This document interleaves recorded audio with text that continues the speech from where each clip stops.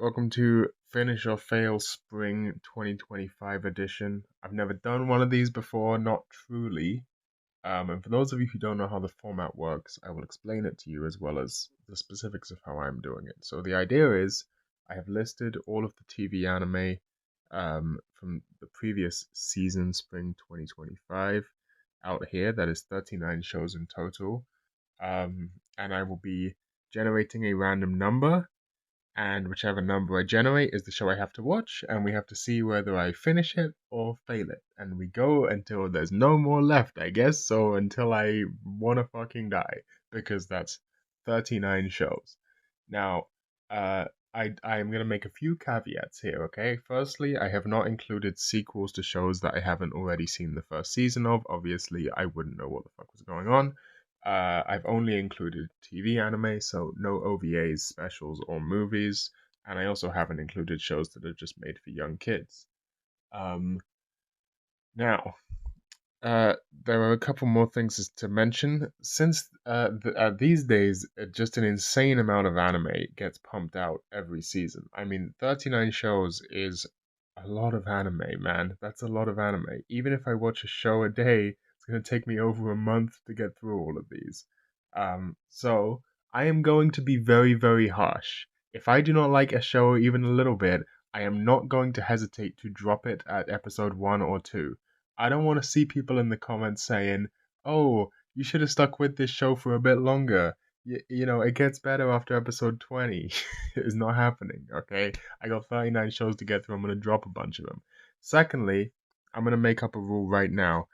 I reserve the right to veto 3 shows. Now, I don't know what all of these shows are, okay? I've just got the names listed out here. By the way, if you're wondering, they're red. That's just my spell checker in Vim. I have a spell checker. The words are in Japanese. It's flagging them as being not in the spell check dictionary because they're Japanese words. Right. I have the right to veto 3 shows. So if I land on a show, look it up, and it looks like something that I really don't want to watch, I reserve the right for 3 vetoes where I can just go, nope, not even gonna bother watching episode 1 of that, and just skipping it. I guess it doesn't make that much of a difference since I could just drop it like after 3 minutes of the first episode. So maybe that's a dumb rule. Maybe that won't come into play. But I just thought I'd come up with that because we need some way to narrow this down. Like 39 shows is just an absurd amount of anime. That being said, there are some shows that I'm actually quite looking forward to seeing. For example, I'm interested in Mono. I'm interested in Uma Musume Cinderella Grey. I'm interested in Mayabashi Witches. And I quite liked season 1 of the Killing Slimes for 300 Years one, so season 2 of that will be pretty cool. But yeah, there's no season 3 of whatever that show is called, Fire Squad or whatever the fuck, because I haven't seen it. There's not including that Boku no Hero Academia spin-off that aired last season. But I am including some other sequels that I have seen the first season of. Okay, so without a further ado, let's pray we get a good show. We'll roll for a random number. That is number 15, Burger King Foot Lettuce, which is Ore wa Seikan Kokka no Akutoku Ryoushu. Okay, from the looks of it, let's see what we got here. After a life of honesty left him betrayed, Liam is reborn into a vast interstellar empire with one goal: be the galaxy's worst evil lord. But no matter how hard he tries to be a tyrant, his wicked plans keep backfiring into peace, posterity, and adoring fans. Galactic chaos, magic, and mecha await in this hilariously misconstructed tale of a villain who can't help but impress. Seems interesting. We'll give it a watch. I just finished I Am the Evil Lord of an Intergalactic Empire, and I thought it was great. This does bring up a little bit of an issue, which is it's always a fundamental issue when you try and quantify something like how good a show is, right? Because when you're trying to judge how good something is, what you're really doing is everyone is working with the same text, roughly speaking, right? But people have different criteria by which they judge that text. Um, but there are sort of they're like, there's this old, oh, objectively good doesn't exist, objectively good does exist. All you can really do when trying to analyze a text for quality is to set up a set of criteria and see how well the text meets those criteria. However, which criteria you set up, that is arbitrary, right? And also, your reading of the text is going to differ from other people's readings of the text, which may also impact whether you believe that the text has met certain criteria. Um, so, it becomes a little bit difficult because there are certain criteria that almost everyone agrees on. In the case of anime, maybe something like animation quality. Uh, is the show like well animated? Is the motion fluid? Does it feel like it has weight? That sort of thing, right? This is a category. This is a criteria for quality that almost everyone can agree on. It's as close to objective as you can get. Um, However, there are other criteria which are completely subjective. For example, does the show have a maid robot, big boob maid robot character in it? You see, for me, this is an important criteria, but for a lot of other people, this wouldn't factor in at all when judging a show's quality. But I'm happy to report that this show hits that criteria right off the bat. Um, so here's the thing. Here's where I'm going with that. Is this show like pretty decent? I think everyone could admit, I think everyone could agree that this show is not like awful. I think it's like, it's pretty decent.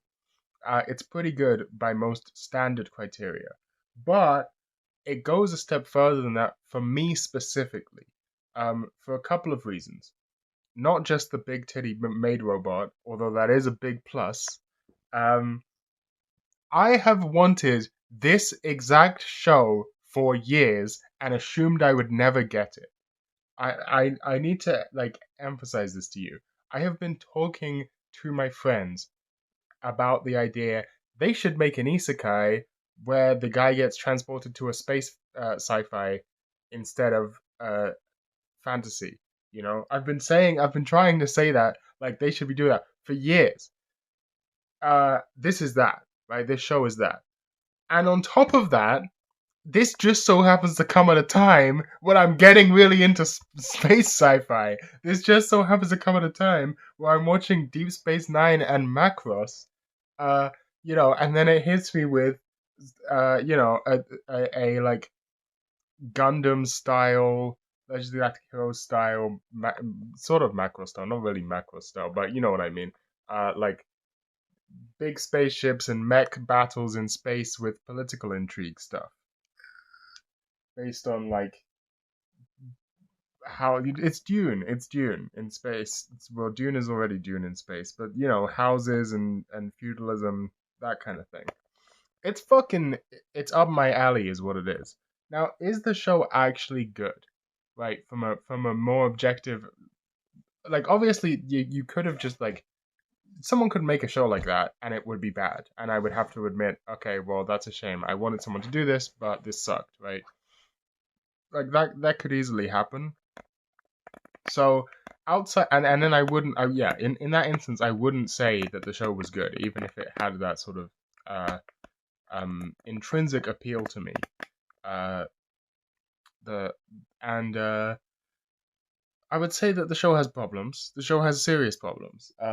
Firstly, it has major problems in the animation quality department. Again, coming from the most recent show of this ilk that I've watched, being Macross, Macross has extremely inconsistent animation quality.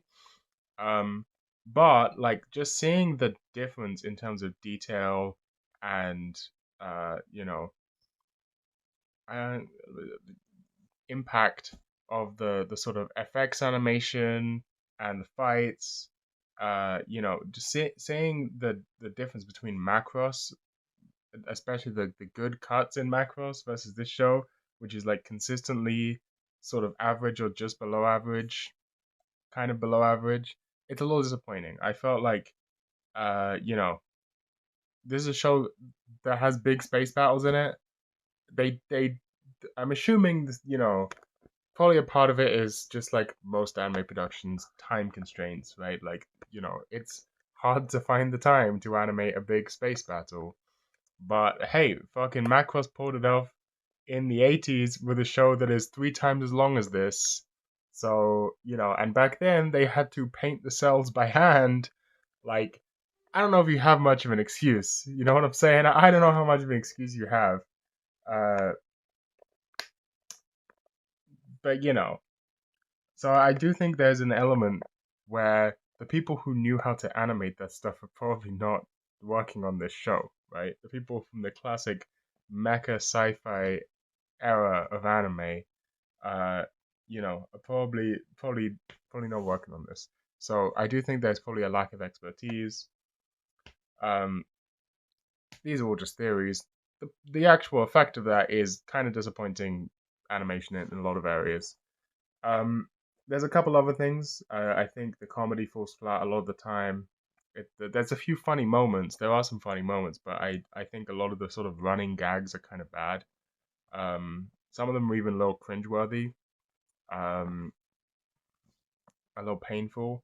There's a whole sort of repeating pattern which almost feels like Magical Girl esque. Uh, just to set you up with the premise of the show real quick. Um, so something interesting about the show is uh, it opens. A lot of modern isekai, they basically skip through real quick, skip the bit before the guy gets isekai'd, or it's like the first 5 minutes of the first episode because everyone's seen it a bunch of times, right? This show doesn't do that. It spends the entire first episode really hammering home how shit this guy's life was before he got isekai'd to the sci-fi world. Um, the whole episode is just about his entire life falling apart. Um, but what happened, which I found interesting, I actually thought that was a good decision. It created a lot of goodwill for the protagonist, seeing a little more detail. I it's also it has a few major advantages. Firstly, it creates that goodwill for the protagonist. You sympathize with him a lot because his life falls apart through no fault of his own, really. Um, Secondly, it makes the show stand out a little bit because most shows sort of speed run through this section. So it gives the show a little bit of a uniqueness. Not that it needed it, because it's already, as far as I know, the only space sci-fi um, isekai. Maybe there's another one that I've somehow missed, but I'm pretty sure this is the first one. At least in the sort of stereotypical isekai way. Of course, you could argue that, I mean, there are shows like Nanoha, for example, where technically, I mean, depending on your definition, you could argue that is a space sci-fi isekai. But I mean, in the modern Naroke isekai genre, as far as I'm aware, this is the first one. If I'm wrong about that, please tell me in the comments because I would like to watch the other ones that exist if this is somehow I've missed it. Um, and then the third thing that does is sets up the series' main antagonist. Another difference between this show and a sort of typical isekai premise. Normally, isekai he dies, he gets truck cooned or whatever, and then the goddess is like, you weren't supposed to die or some fucking bullshit. Here we're sending you to the fantasy world with a bunch of OP cheat skills, right? Instead, what happens here is he sort of thinks that's what's happened, and you think that's what's happening as the audience, but then it's revealed as a twist that this god who sent him to the other world is actually like a bad god, like a demon who feeds off of negative emotions or some sort of evil spirit, whatever, who feeds off of negative emotions. And so what that guy's done is sent him to a fucked up uh, situation where he's like the only son of like nobles who have ruined their space kingdom. Like they're like shitty low ranking nobles on the outside of an empire, and they've gambled away all of their money, and they're in massive debt, and their entire territory is like collapsed. And then they immediately abandon him when as soon as he shows up. So it's like, in reality, the bad demon god guy trickster, evil guy just wants to feed off of even more of his negative emotions. So it was a good choice for the first episode. But that guy kind of sucks. Like, he's kind of annoying. He doesn't feel like he fits in the world of the show, because he kind of doesn't, right? Like, there is magic in this show, but it's space sci-fi mecha show magic, as in it's kind of different. This isn't a world where gods show up. It's not got wizards in it, you know? It feels a bit strange for there to be this kind of supernatural presence. It just feels a little odd, first of all, tonally. But secondly, the basic premise of the show is that the main guy actually is gonna keep succeeding and winning and bringing his kingdom back from the brink of collapse. It's not a kingdom, but bringing his territories back from the brink of collapse, and so on, right? And so, the sort of running gag is that this evil demon god, he keeps saying, "Thank you for reincarnating me here, where I can have a better life." And every time he does that, the evil demon god guy is like, "No, you can't give me compliments. That's like pain. That's painful, right?" And that's just not funny. And every time it happens, it's not funny. It does allow for some sort of gimmicks, um, later on in the show, where the evil demon god guy will like cause something bad to happen to him, which moves the plot along, which gives him some sort of obstacle to overcome. So it's functional as a like script writing tool, but it's not very interesting. Like, having some external force that isn't even bound by the laws of the reality set up the challenges for him to overcome feels unnatural, because it is unnatural. It feels awkward by its nature. Like, it would be better if the obstacles for the main character to overcome were caused by the internal logic of the world, right? Caused by, for example, the political struggle between the different houses or empires, or whatever, something along those lines, right? Like, that would feel more natural. It would be more interesting. So you kind of feel like this is set up to be a bit of a like tactician lord type of isekai, somewhat similar to Overlord, or maybe the realist hero saves the kingdom, that kind of show. But it kind of is and kind of isn't, because in reality, the main guy just kind of gets his robot made to do all of the hard work. Like, he's not a genius tactician. He doesn't really do anything particularly smart. It's more like he just sort of does basic shit. That's kind of it. And a lot of the other nobles are just particularly bad, like particularly greedy, and just take all the tax money for themselves without reinvesting it into their territories. And on the other hand, AI is like highly stigmatized. We're getting again big Dune vibes here. So the fact that he has a robot-made AI with him who can like calculate shit and do running the country shit for him well, because it's a fucking AI, just kind of gives him a leg up, where everyone else hates AI, because there was Terminator Skynet. They do a direct visual reference to Terminator 1 when they're explaining this lore. There's a bunch of sci-fi references. There's a reference to Terminator. There's a reference to the Asimov's Three Laws of Robotics. I'm sure there are other references that I didn't get. But yeah, I feel like I may have even caught a Star Trek reference in there, but I think it was pretty vague. I don't know if I was right about that. Anyway, point is, there are a number of flaws with this show. There are a number of jokes that aren't funny. There are a number of plot contrivances that kind of come out of nowhere, or like don't feel very natural, or just aren't that interesting. There's a lot of really awkward fan service that kind of breaks up the pacing of the episodes in a bad way. Like, it kind of interrupts the. It's like, we now interrupt your regularly scheduled episode to show you boob. It's just like, I'm okay with boob, but like, you could have worked it into the show a bit better, right? Like, there are a number of problems with this, and there's more than I've just talked about, but they're mostly minor. But frankly, I don't give a shit. I don't fucking care. Like, is the show great? No, but it's like it was great fun to watch. It was great fun to watch. You know, it's full of the cow designs are all good, right? There are cute girls. There's a harem. There's a harem that shows up. That's cool. Um, there's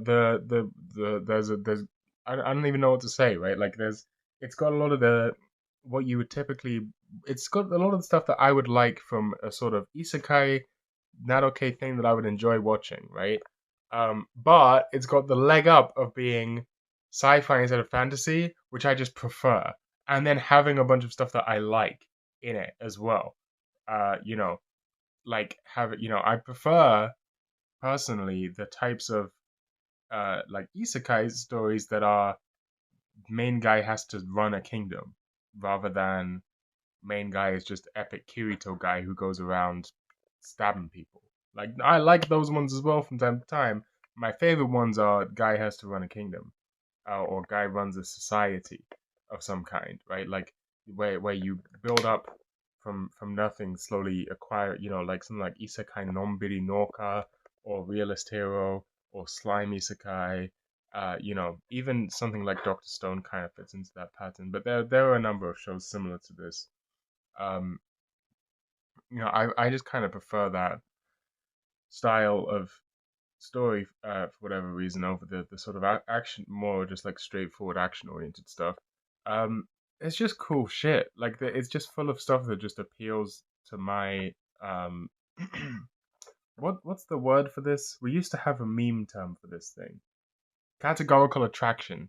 I got a bunch of categorical attractions that fit into this, and I'm a much bigger fan of sci-fi than I am of fantasy. Like I put up with the fantasy stuff in Isekai rather than enjoying it a lot. Um, whereas I just actually really think big space battles are fucking sick. They're like the battles in this show. I don't know. I don't know enough about the context behind all of this stuff to like tell you about it, right? Like I'm probably missing something. It's probably not supposed to be a reference to this, is what I'm saying, right?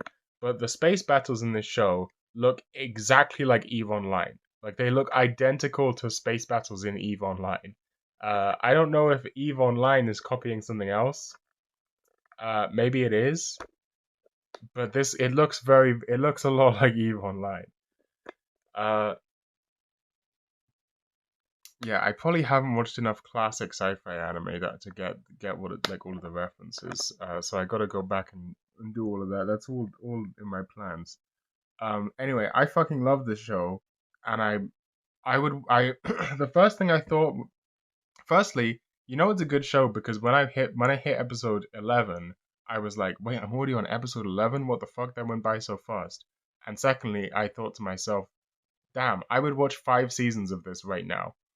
I happily would. I very fucking happily. If this show was 5 times as long as it is, I would be extremely happy. Okay, I really really liked the show a lot because it hit all of my categorical attractions, man. Uh, the fucking maid robot character is so good. I love a maid robot. Who doesn't love a maid robot? But this is it's great.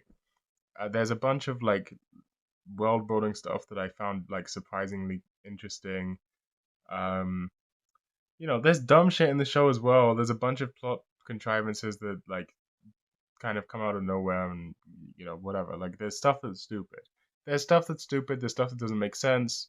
And as I said, like I've already talked about that. It's not a perfect show. I wouldn't feel comfortable giving it a 9 out of 10. Right? It's not a 9 out of 10. It's not the sort of thing I could recommend anyone who's not already deep in this shit. Um, you know, it, it even compared to the I believe I've given three, maybe two isekais. I think I've given two isekais a 9 out of 10. I think I gave, or maybe three. No, that's not an isekai. I've given two. I've given No Game No Life a 9 out of 10, and I've given my instant death ability is too overpowered a 9 out of 10. Instant death ability is too overpowered. That one got a 9 out of 10 for being like an insane postmodern like clusterfuck that is just so over the top and unique that it's so high concept that it like transcends its own genre. Uh, this is not that, right? This is very much still within the tropes. Um, it just hits me in my categorical attractions. It's an 8 out of 10 for sure. It's a strong 8. It's an 8. But nonetheless, I would watch a million seasons of it. And on top of that, in reality, what I really hope is that I wish this would spawn copycats. I want more sci-fi isekai. I want a million shows like this. I want this to become the default. I want this to become the default. I want this to become a whole genre. I would so fucking be obsessed with this. It would, if that happened, all I'm saying is, okay, it took them a long time. I've been saying they should do this for years. It took them a long time to get around to actually doing it. If, let's say, hypothetical future that will never happen, 3 years from now, 5 years from now, this is the anime landscape where, like, right now you scroll through your seasonal charts and it's like, 50 fucking isekai fantasies. If instead of that it was 50 fucking isekai sci-fi space sci-fis, I would consider that to be the best era in anime. I would consider that to be anime at its absolute. It would be the happiest I've ever been as a human being. And so I was like, I want to give these guys money. I want to give these guys money so that they can know to keep doing this. And it's like, I don't want to buy anything though. Like, I don't really want a fucking acrylic stand. What am I gonna do with an acrylic stand? Like you know what I'm saying? So it's like I don't know if I want to buy it. Like, why doesn't every anime studio just have a Patreon? I don't understand. I remember fucking Digi saying this a million years ago. Why doesn't every anime studio just have a Patreon? Like, I would donate so much money to their Patreon right now. Like, I want this to be profitable. I need this. I don't just want this. I need this show to be profitable. I will pay all of the profits of this show myself. I need this to happen. I really desperately need this show to be profitable. And then, but you can't even buy merch because it's not even on sale yet. The show's fucking finished, and they're not even selling the merch yet. Like, what? Why isn't there merch? Why can't I buy the merch right now? What sort of insane decision is this? They're not even selling like the OST. It's only on streaming. You have to go to a streaming site to listen to it. Like, what the fuck how's that gonna help me, bro? Like, I want to give you money. Why is it so hard for me to give you money? This isn't the back in the day. There's no Blu-rays. There's no BDs that I can buy. That's not there. Okay, it's just on streaming. But streaming isn't giving them money. None of the money from Crunchyroll is going to the studio that made this. That's not how that works, right? That money's going to Crunchyroll. So I don't know. I don't know what to do about this. I'm gonna have to look into how to give these guys money because I need them to understand. I need them to make more shows like this. I need it in my heart, in my soul. I need 50 shows like this and 5 episodes of this one. 5 seasons of this one. I need more. I desperately require more. Okay, let's stop ranting and raving about this show. I did think it was great. I don't know how I didn't hear about this, to be honest, because I feel like this stands out a lot in the anime landscape as it is right now. I guess it doesn't seem like anyone else likes it as much as I did, because it doesn't have particularly good ratings on any of the sites or anything like that. But I thought it was fucking great. But maybe it's just because I'm autistic. I don't know. Okay, let's roll the dice again.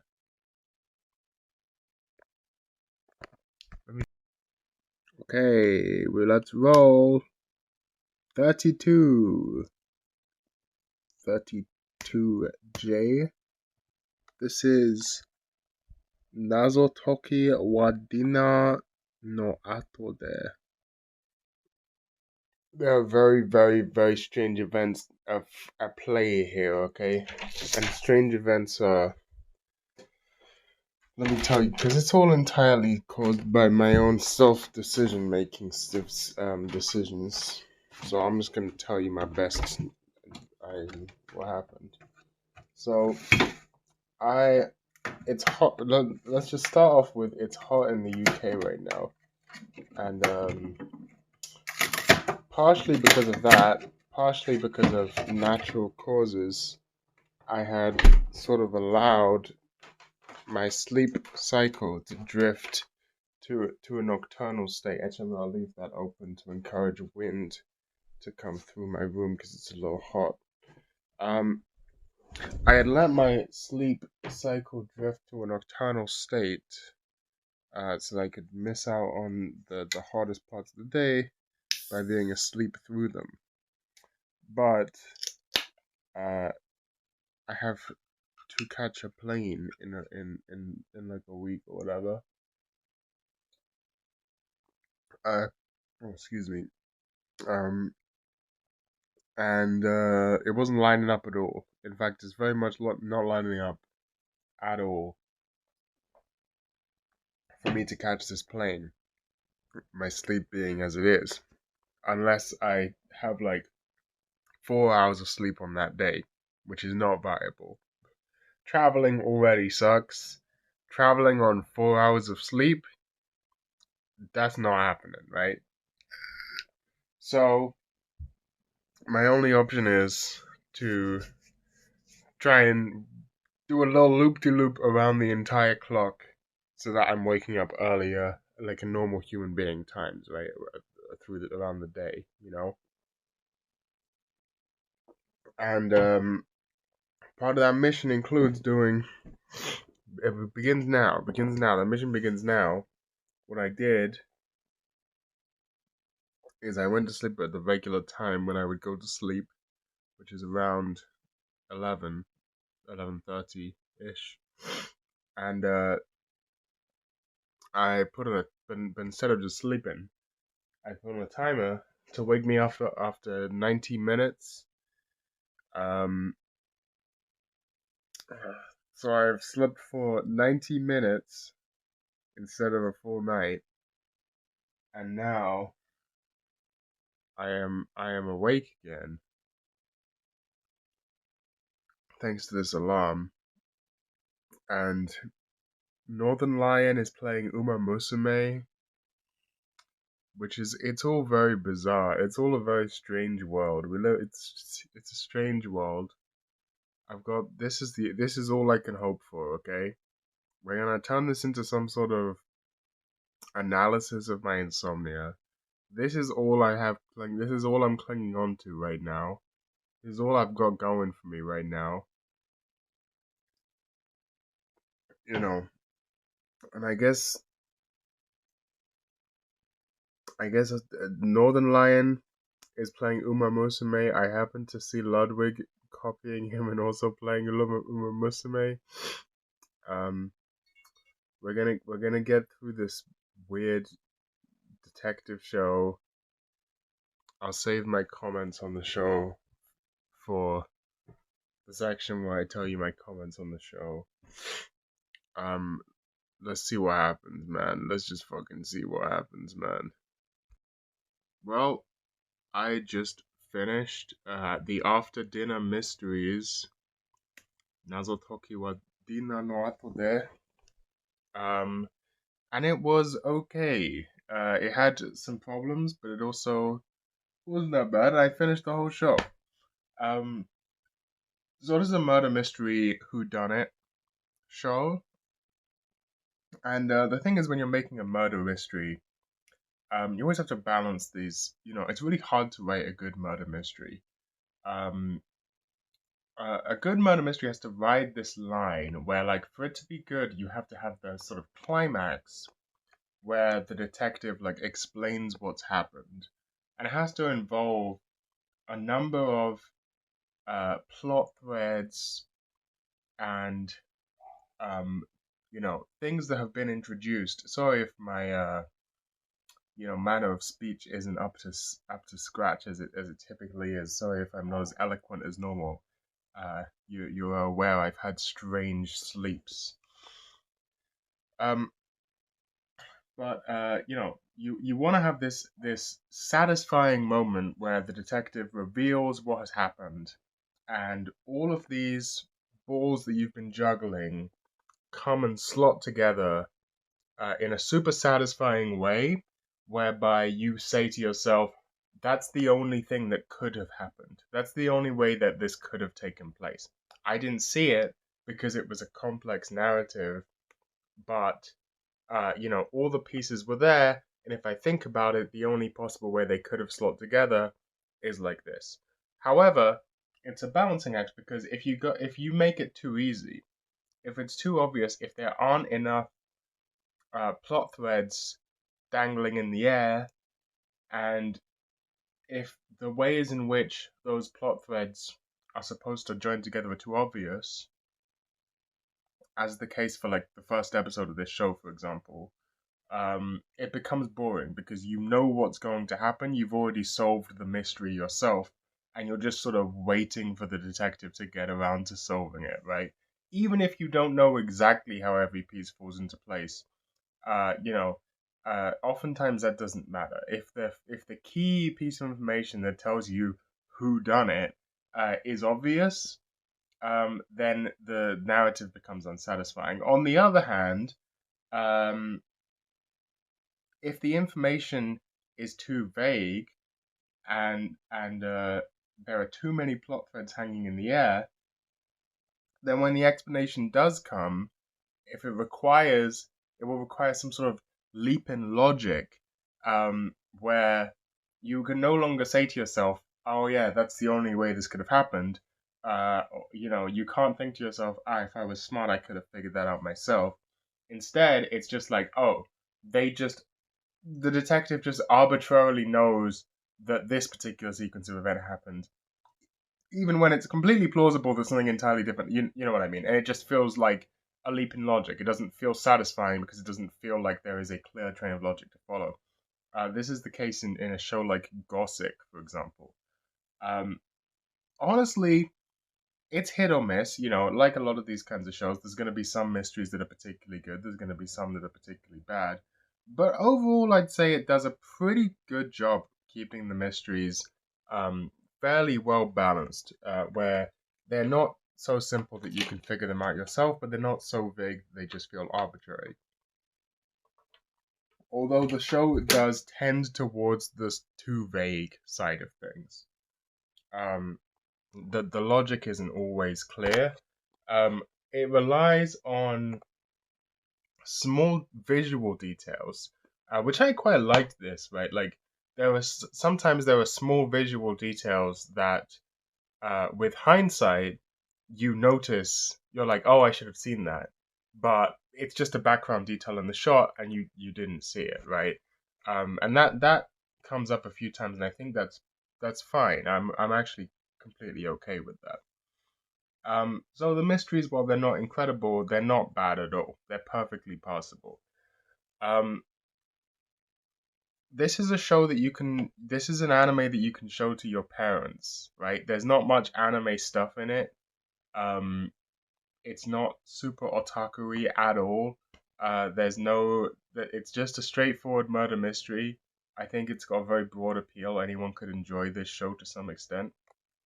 Um, so honestly, this sounds fine, but this show is really held back by a supremely fatal flaw in the fundamental conceit of the show, which is that they try and put a twist. They try and put a twist on the murder mystery formula. If this were a typical show, our main character here is this young woman who sort of lives a double life as both the daughter of a super wealthy family in high society, and also a detective in the police force, right? So she lives this sort of double life. Some of the people in high society and her family know that she sort of, sometimes is a detective. No one in the detective world knows that she's this daughter of this super, super famous wealthy family.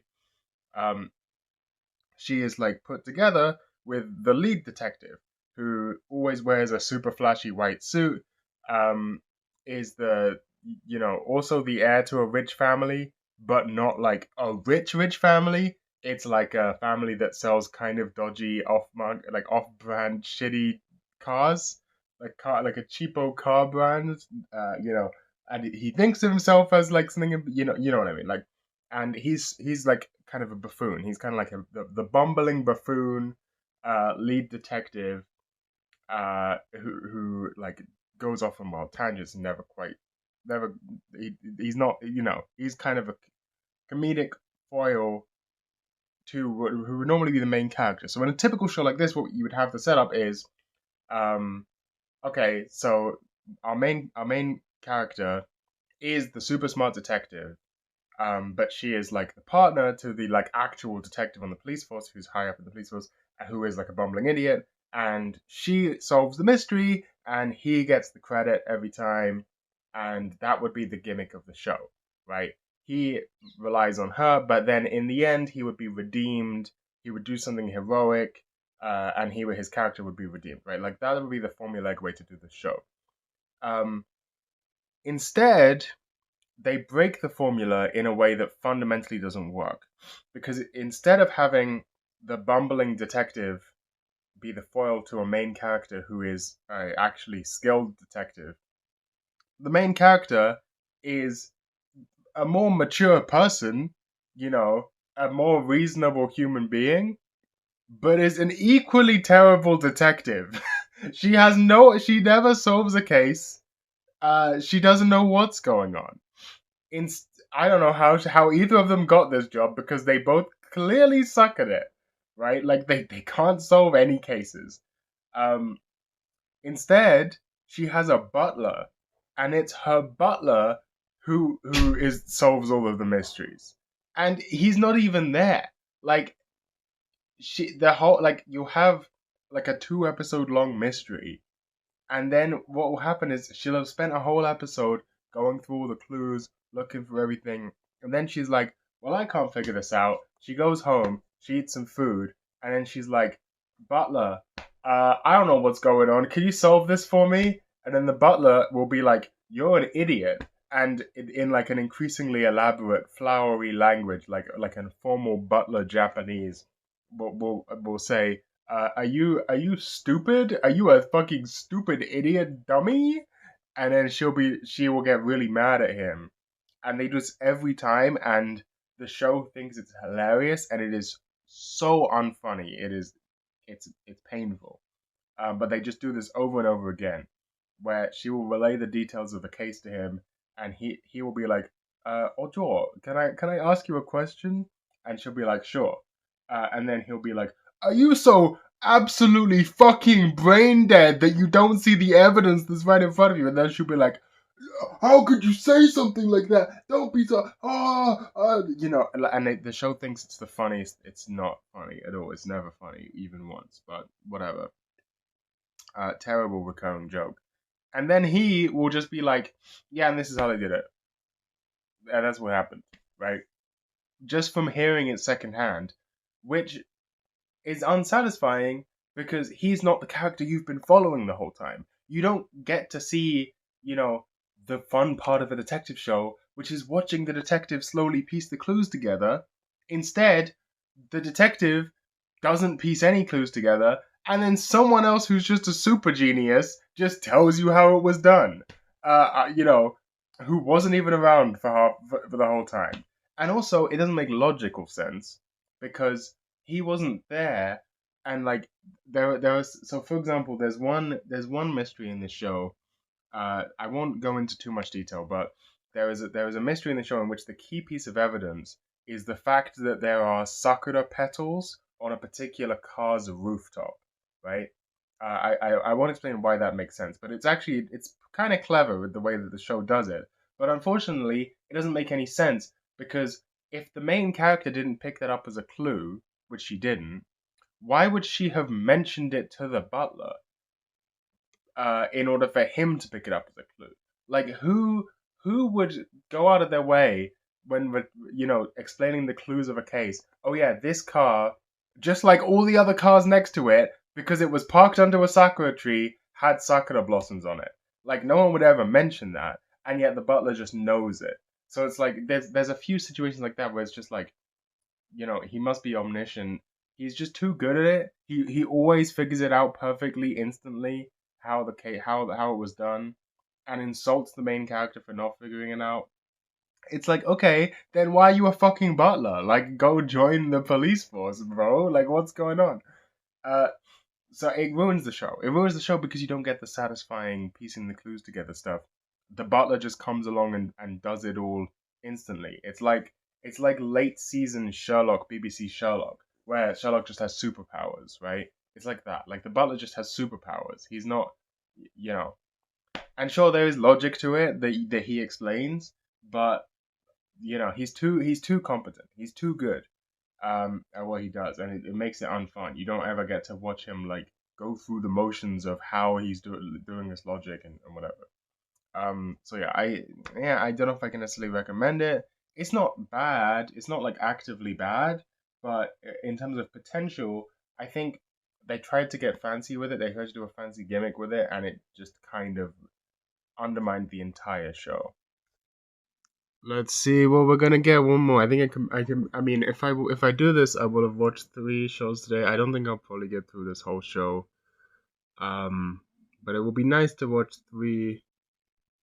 I don't know. This is, by the way, this is not the whole shit in one video, as you probably tell from the runtime, right? Like, I'm not gonna watch every single like. This is gonna be a series. There's gonna be a few videos of finish or fail.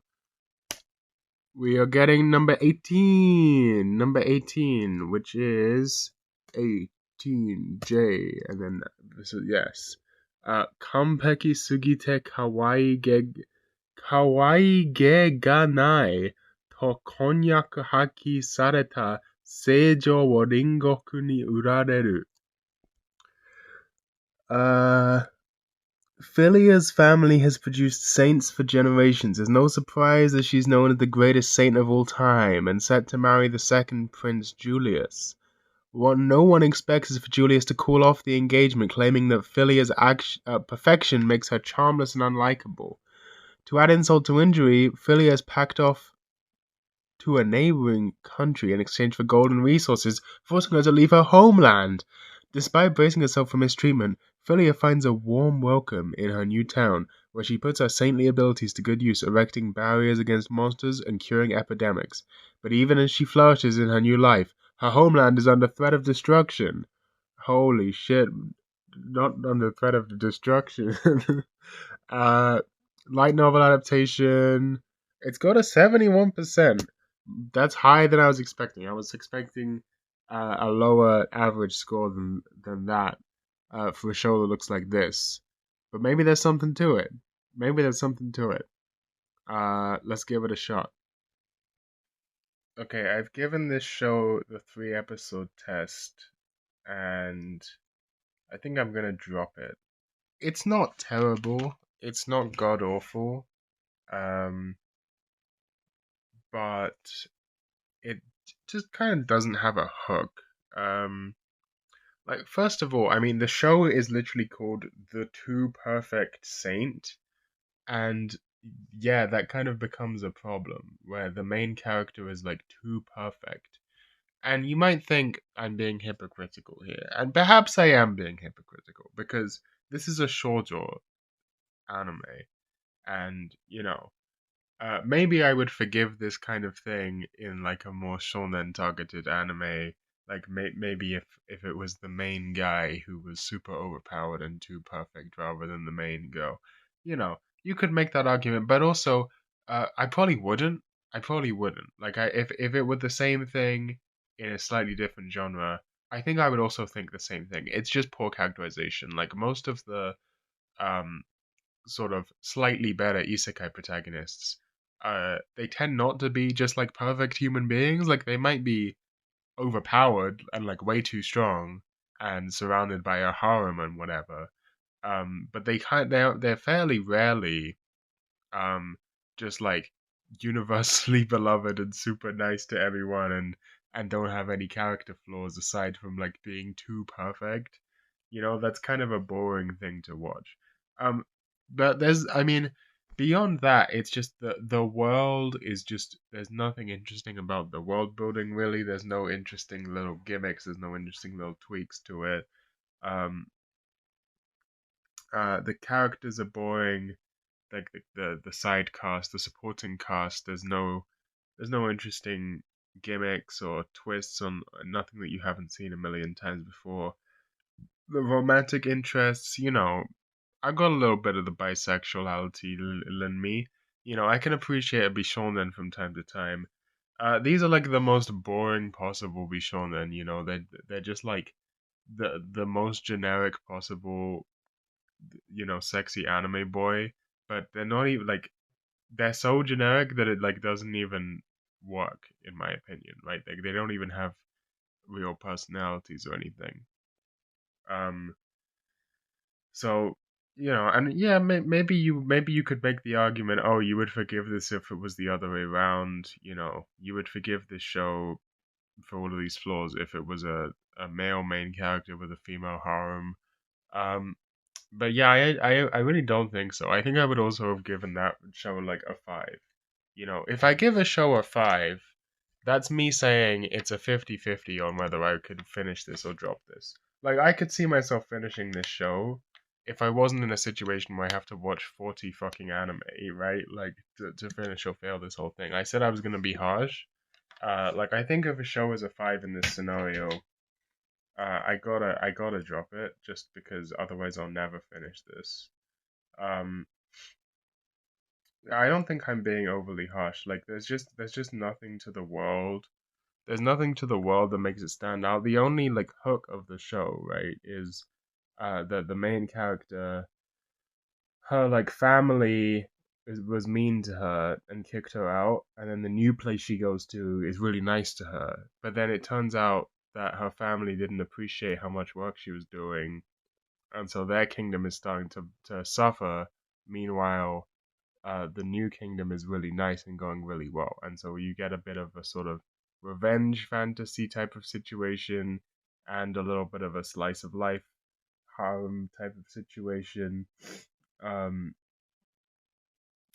but there's not much to it. Like there's the need, the family is just like kind of comedically unrealistically evil to her for no reason, um, which is just kind of dumb. It just kind of feels forced, right? Like there are there are other shows that do similar things where they either go really over the top with the evilness of it, right? Like that's always fun, like a redo of a healer or something. They just take it way over the top. They just go way overboard, and then it has like a campy sort of bathos to it that's kind of fun, or they have it be a bit more realistic and then it actually hits an emotional beat. This show doesn't really do either.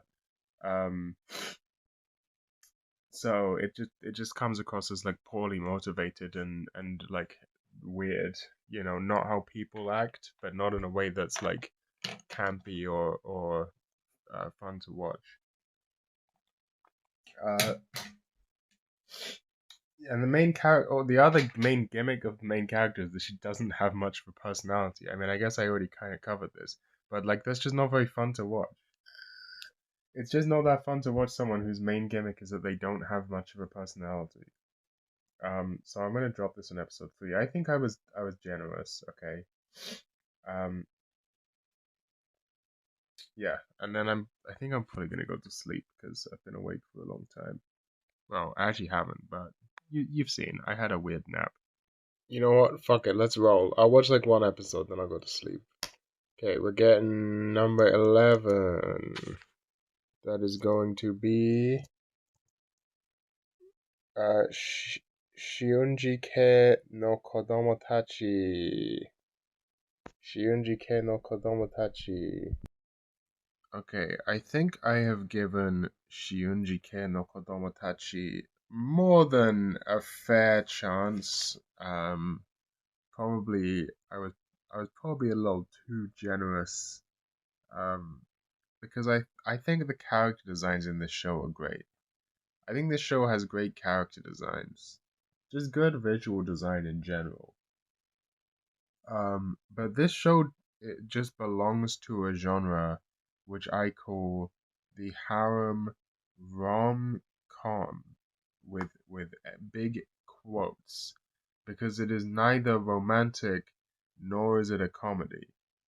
Uh, because the only case of either romance or comedy adjacent thing that happens is that only one thing ever happens in this kind of show, and it just happens over and over again, which is all of the girls around the main character incessantly flirt with him, and he goes like, ah, what, and freaks out and runs away.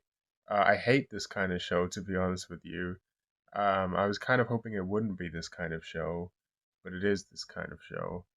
I don't know why they're still making anime like this. I felt like they kind of stopped doing it for a while, so it's weird that they made one. Um, Maybe they didn't stop doing it. I don't know. Um, this is also probably the kind of show. This is my guess. I haven't. I'm gonna drop this show on episode 4. Um, but if you finish this show, tell me if I'm right in the comments. I bet this is the kind of show that gets like awkwardly melodramatic towards the end. I bet one of the characters has like like a dark backstory that really doesn't fit in this kind of show, and they just ham the shit out of that. I feel fairly certain that that is the sort of thing that happens here. Um, Honestly, as far as this kind of show goes, like it's not the worst one I've seen. Uh, but it's just not a genre that I'm interested in, right? Like if it, if I wanted romance harem storylines, I would, there are a number of options that I have available to me. First of all, there is visual novels, which are just solve this problem, right? They solve the problem that shows like this are trying and failing to deal with.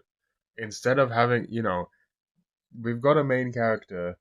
He's surrounded by a harem of attractive women who want to fuck him, but um, he can't actually have sex because that would be pornography. Um, and he can't actually end up with any of them because then what about the people who like the other character? How are they gonna feel, right? Um, Except this problem has already been solved because visual novels, they just let you be with any of the characters. They let the main character be with any of the main characters or the heroines, and they just put the pornography in it. They just put the pornography in it, so you get that too. So these shows have no reason to exist as far as I'm concerned. Um, I've always found them strange. I've never really understood the appeal. I mean, the girls are cute in this show. Don't get me wrong. I think they're great. I wish they were in a better show. Um, there are a number of anime like this, but it's not even just a problem of the medium, right? Because firstly, these are always manga adaptations. And generally speaking, when you actually go and compare the anime to the manga tend to be a lot more fan service heavy than what ends up sort of allowed in the anime. Um, and uh, yeah, the strange thing is that we've solved this problem, right? Like, it turns out that having the main character actually just get into a relationship with one of the harem members doesn't actually make the show worse. In fact, it makes the show way better, and everyone loves it. And this has been proven for over a decade now, because the Monogatari series did it, and that is like the most profitable anime franchise since Evangelion. It has made a million bajillion yens. It has made infinite yens. It's super popular, and it does that in season 1, and everyone fucking loved it. So I don't know what the fuck excuse they have for still making shows like this. Um, I don't know who likes this. Like, who is this for? Who wants to watch this? I don't understand. There's no jokes and there's no romance. There's only one thing. I've already told you what the one thing is. You already know. It's just gonna be that over and over again but in slightly different settings with slightly different characters. That's all it's going to be. It's going to be the same event. It's just the same event over and over again. Like, what? Why? Why? It's what am I supposed to be getting out of it? I'm not getting any romance, and I'm not getting any comedy, and I'm not really getting any drama because the drama in these shows is always terrible. Um, what am I getting? What am I getting? Nothing. I'm getting nothing. I think that's it for this episode. Um, but I will be back. I will be back with the next episode. Yeah.